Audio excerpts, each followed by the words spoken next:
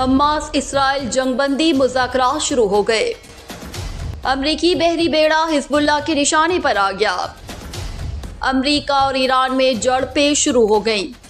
उधर इस्राएली मीडिया के मुताबिक 12 यरगमालियों की रिहाई के बदले 3 दिन से सीज़फायर के मुज़ाकरात हो रहे हैं। इन यरगमालियों में 6 अमरीकी शहरी भी शामिल हैं। इस हवाले से हमास ज़राए का कहना है कि 3 रोज़ा जंगबंदी का मकसद गजा में इमदाद पहुंचाना है। हमास इसराइल जंगबंदी के लिए कतर सालिसी की कोशिश कर रहा है। अमेरिका ने गजा में फौरी जंगबंदी के इम्कान को मुस्तरद करते हुए कहा है कि अभी इसका मुनासिब वक्त नहीं आया और वक्त से पहले सीज़फायर से हमास मजीद मजबूत हो जाएगी। अगर आपने अजीज न्यूज़ को सब्सक्राइब नहीं किया तो सब्सक्राइब कीजिए। आलमी खबर रसां इदारे के मुताबिक G7 इजलास के बाद मीडिया से गुफ्तगू में अमरीकी वज़ीर ख़ारजा एंटोनी ब्लिंकन ने कहा है कि गजा में हुकूमत हमास की होगी और ना ही इसराइल इलाके का इंतजाम संभालेगा, बल्कि मौजूदा जंग के खात्मे के बाद एक अबूरी हुकूमत बन सकती है जिसकी मुद्दत फ़लस्तीनी रियासत के क़याम तक होगी। ऐसे में अमरीका की जानिब से बयान उस वक्त सामने आया है जब इसराइली वज़ीर आज़म नेतन्याहू ने पीर को ऐलान किया था कि जंगबंदी के बाद गैर मुअय्यना मुद्दत के लिए गजा की पट्टी में जामे सिक्योरिटी की जिम्मेदारी इसराइली फौज संभालेगा।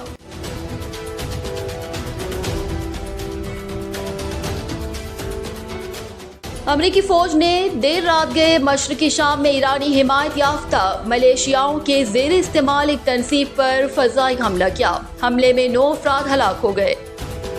पेंटागन ने इस हवाले से एक बयान में कहा कि खित्ते में पिछले कई हफ्तों से अमरीकी फौजियों की रिहाइशगाहों को निशाना बनाया जा रहा था और ये उसी के खिलाफ एक जवाबी कार्रवाई है।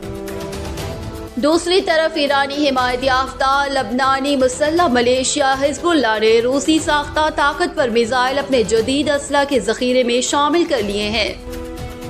हिजबुल्लाह के लीडर ने पिछले हफ्ते अमेरिका को इंतबा में भी किया था कि उसने इलाके में भेजे गए बहरी बेड़ों के खिलाफ कुछ हासिल कर लिया है।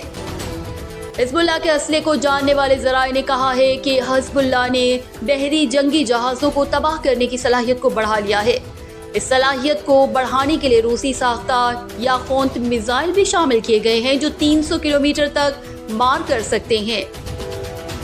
गजा पर इस्राएली फोर्सेस के वहशियाना हमलों का सिलसिला जारी है। मजीद 214 फलस्तीनी शहीद हो गए। शोहदा की मजमूई तादाद 10,569 हो गई। उनमें 4,324 बच्चे और 2,823 खवातीन भी शामिल हैं।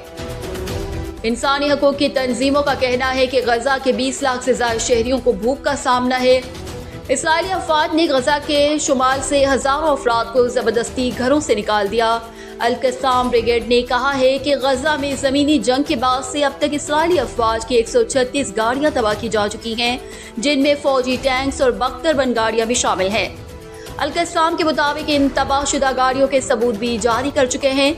इसराइली फोर्सेस पर घात लगाकर हमले कर रहे हैं, जिसमें दुश्मन अफवाज को भारी जानी नुकसान पहुंचाया है।